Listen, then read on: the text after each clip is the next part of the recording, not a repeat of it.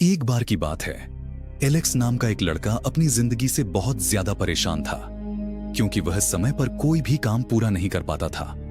उसने बहुत लोगों से यह सुना था कि अपने टाइम को मैनेज करना सीखो, टाइम मैनेजमेंट सीखो, लेकिन वह जितनी बार टाइम मैनेजमेंट करता वह उसमें फेल हो जाता। फॉर एग्जाम्पल, अगर वह यह डिसाइड करता कि मुझे अगले 5 घंटे में ये 5 चैप्टर पूरे करने हैं, तो वह ऐसा नहीं कर पाता। वह थोड़ी ही देर में बोर हो जाता और उस काम को छोड़ देता, और बाद में अगले दिन या 2 दिन के बाद उसको उस काम को छोड़ने का पछतावा होता। और इस तरह से वह धीरे धीरे हर चीज में ऐसा करने लगा। पहले वह पढ़ाई में ऐसा करता था, फिर वह अपनी जॉब में ऐसा करने लगा, और धीरे धीरे उसकी प्रोडक्टिविटी कम होती गई। उसे यह समझ नहीं आ रहा था कि उसके साथ ऐसा क्यों हो रहा है।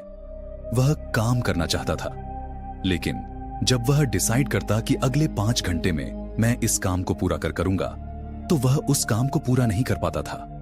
अब वह अपने आप से बहुत ज्यादा परेशान हो चुका था और वह इस चीज का जवाब ढूंढ रहा था।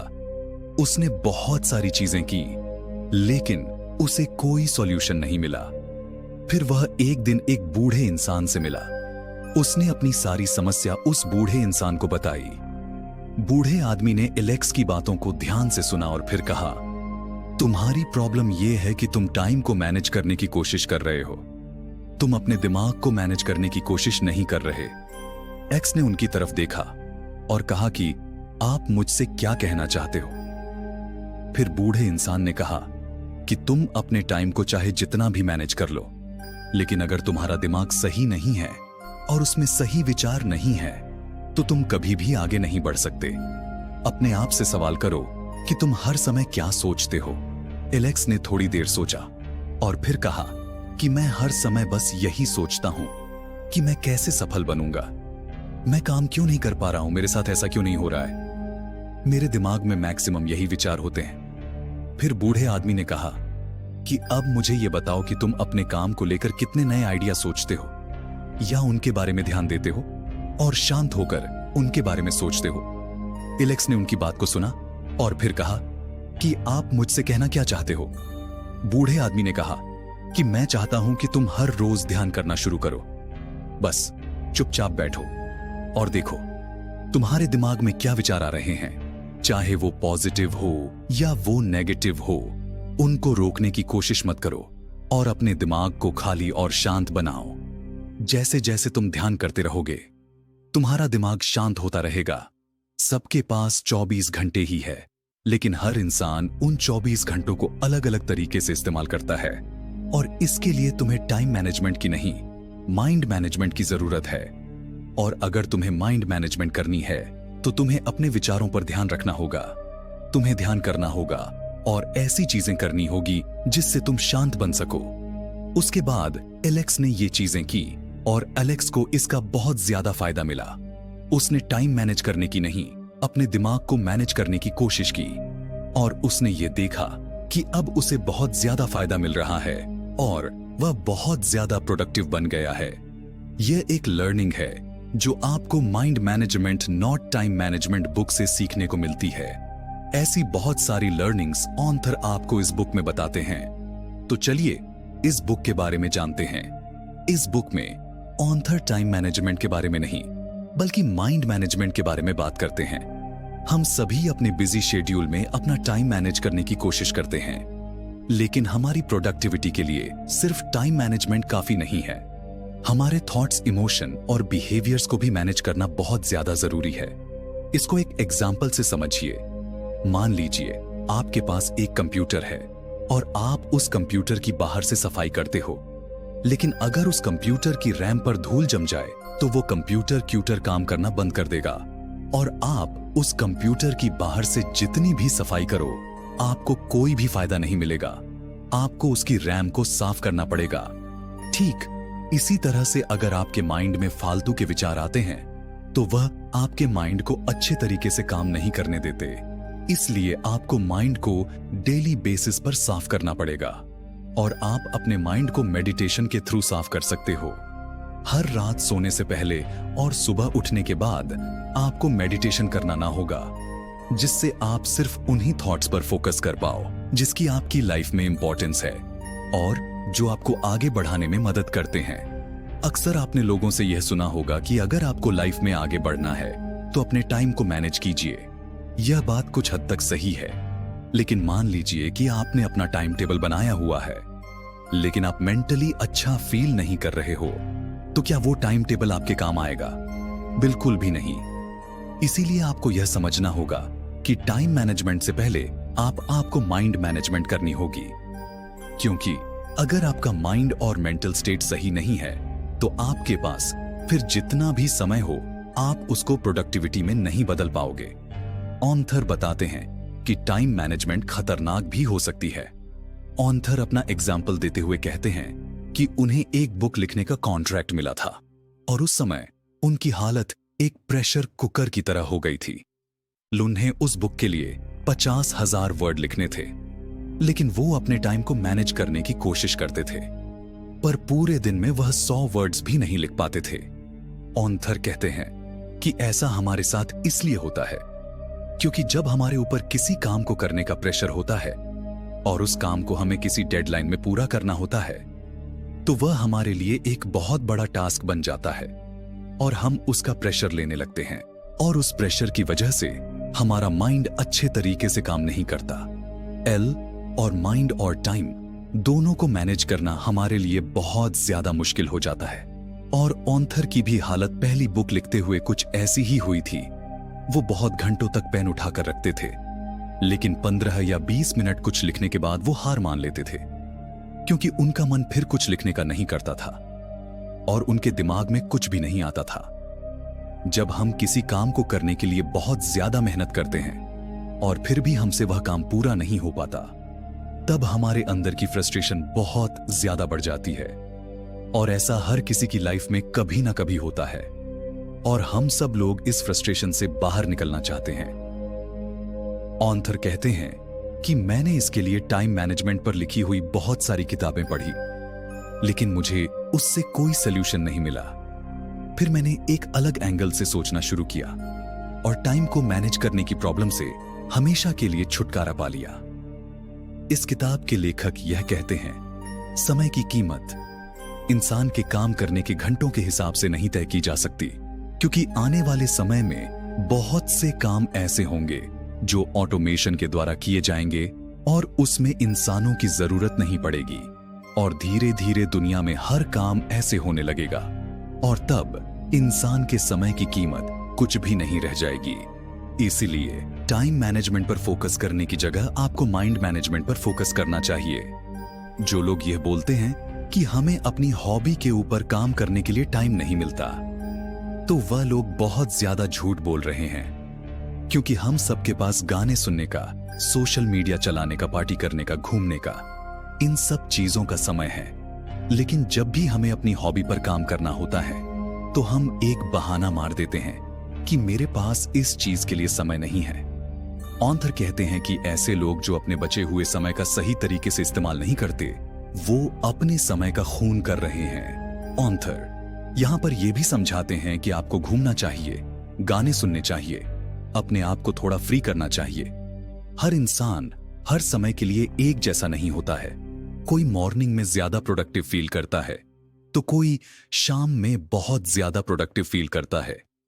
इसको इस तरह से समझिए कि किसी को सुबह उठकर पढ़ना बहुत ज्यादा पसंद है, लेकिन कोई रात को बहुत देर तक पढ़ना बहुत पसंद करता है। अब इसमें उन दोनों का माइंड अलग अलग तरीके से काम कर रहा है। इसीलिए हर इंसान के 24 घंटे अलग अलग होते हैं और हर इंसान का हर मिनट अलग अलग होता है, क्योंकि वह हर मिनट में अलग अलग विचारों से डील कर रहा है। इसीलिए ऑथर ये कहते हैं कि भले ही सबके पास 24 घंटे इस्तेमाल के लिए है, लेकिन 24 घंटे हर इंसान की मेंटल स्टेट अलग होती है और इसलिए टाइम को मैनेज करना पूरी तरह से मुश्किल है।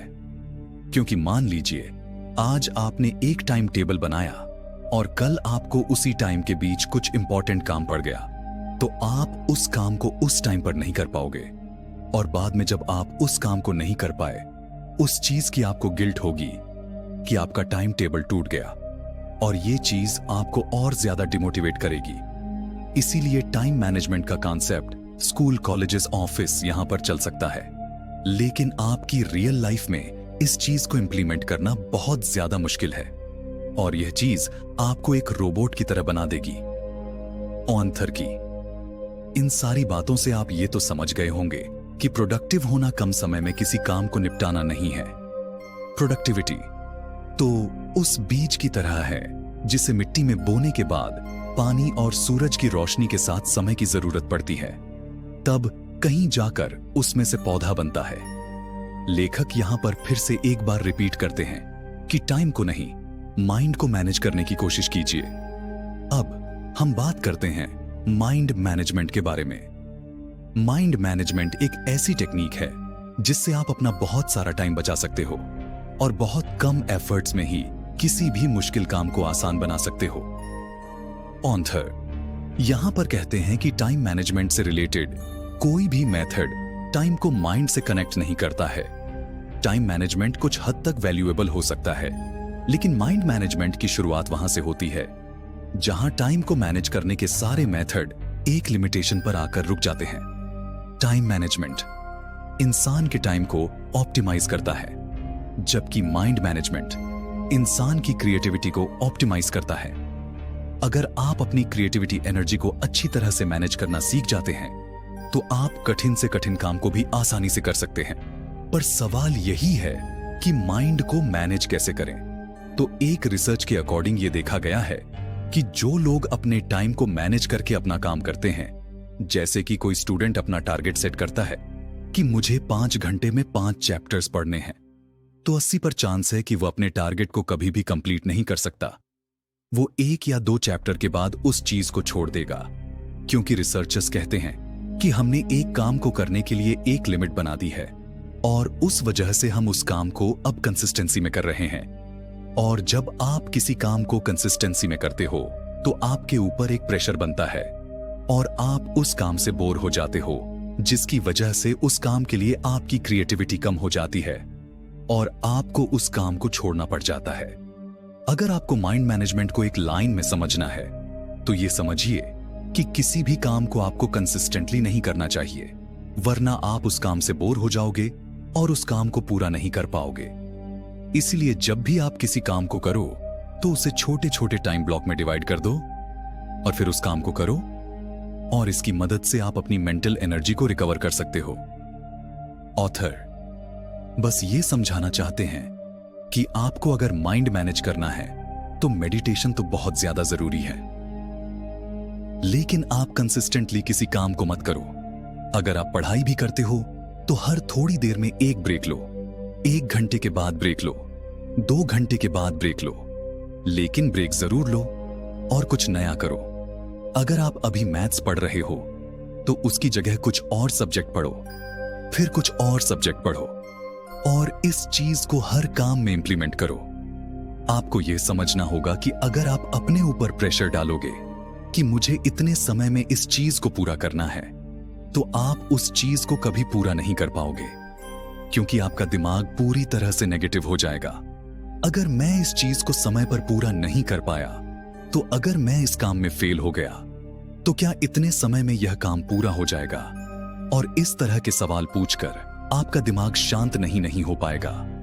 इसलिए अपने आप को एक लंबा समय दो। इसलिए कहा जाता है कि एग्जाम के समय पर पढ़कर आप सिर्फ पास हो सकते हो, अच्छे मार्क्स नहीं ला सकते। तभी टॉपर्स स्टार्टिंग से पढ़ाई करते हैं और एग्जाम के एंड में आकर बस थोड़ा थोड़ा रिवीजन करते हैं, क्योंकि उन्होंने पहले से ही थोड़ी थोड़ी पढ़ाई की और बाद में उस पढ़ाई को कंपाउंड करके अपने एग्जाम दिए।